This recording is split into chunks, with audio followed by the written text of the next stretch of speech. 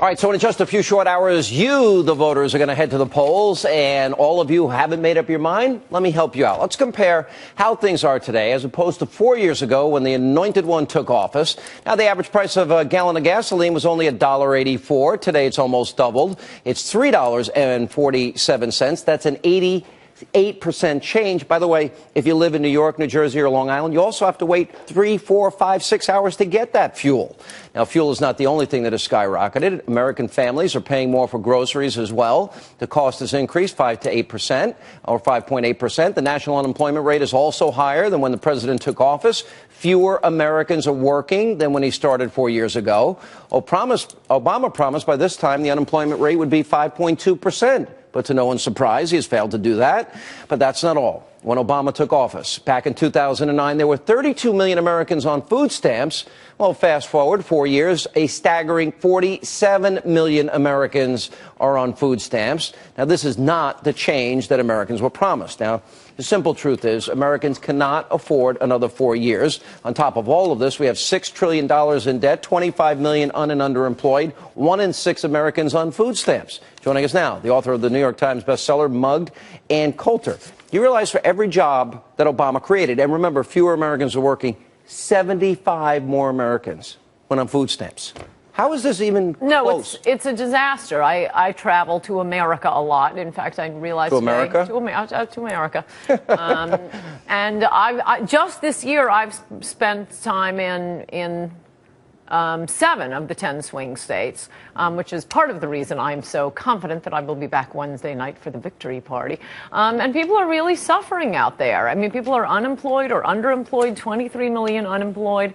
And most of all, everyone sees Obamacare coming down the track. And that is really, I mean, that's the end of America. If we don't overturn that in the next few years, the train has left the station. This is the opportunity. If you don't overturn it now, we become a pathetic Western European country without the charming cobblestone streets, and most of all, without America out there to protect us. We'll have, I mean, according to Obama's Treasury, his own Treasury Secretary, tax cheat Tim Geithner, 2009 report said that our entitlement programs, Medicare, Medicaid, Social Security, plus interest on the national debt to pay for those programs, within 10 years will consume 92% of the federal budget. That's 8 cents left over of every federal dollar to pay for the entire military, for national parks, for food safety inspections. The entitlements are already broken. Only Romney, Ryan have a plan to fix it. By the way, not touching it for anyone 55 years old or older. Let me ask you about the close of the campaign, because you got two very different. Oh, yes. Well, you got a very negative President Obama. He's talking about revenge. You know, vote. You know, out there, get out, vote for revenge. I'm looking at that. Revenge for who? Right. And then you have Governor Romney. No, vote for the good of your country. Yes. Yes. I really love how corny Romney is and how patriotic, and they keep making fun of him for this in the mainstream media. Look at the crowds he's drawing. Because, no, I mean the NFM, the non-Fox media, they don't think he's hip enough. Well, we've tried hip. We've had really hip for the last 4 years, and the country is suffering. And Romney Ryan is such an amazing ticket to have two articulate Republicans. We were just talking about this in the green room. I think he'd probably, I don't remember who Calvin Coolidge's vice president was and whether he was articulate and attractive, but you'd probably have to go back to him to have two Republicans who are this unthreatening. I mean, I don't know if you saw, I'm sure you did. I don't know if the viewers saw today that the first elected black governor in the United States, Doug Wilder, the first black Virginia governor, was Republican, of course, but Doug Wilder was the first elected one. The other one inherited. He was lieutenant governor.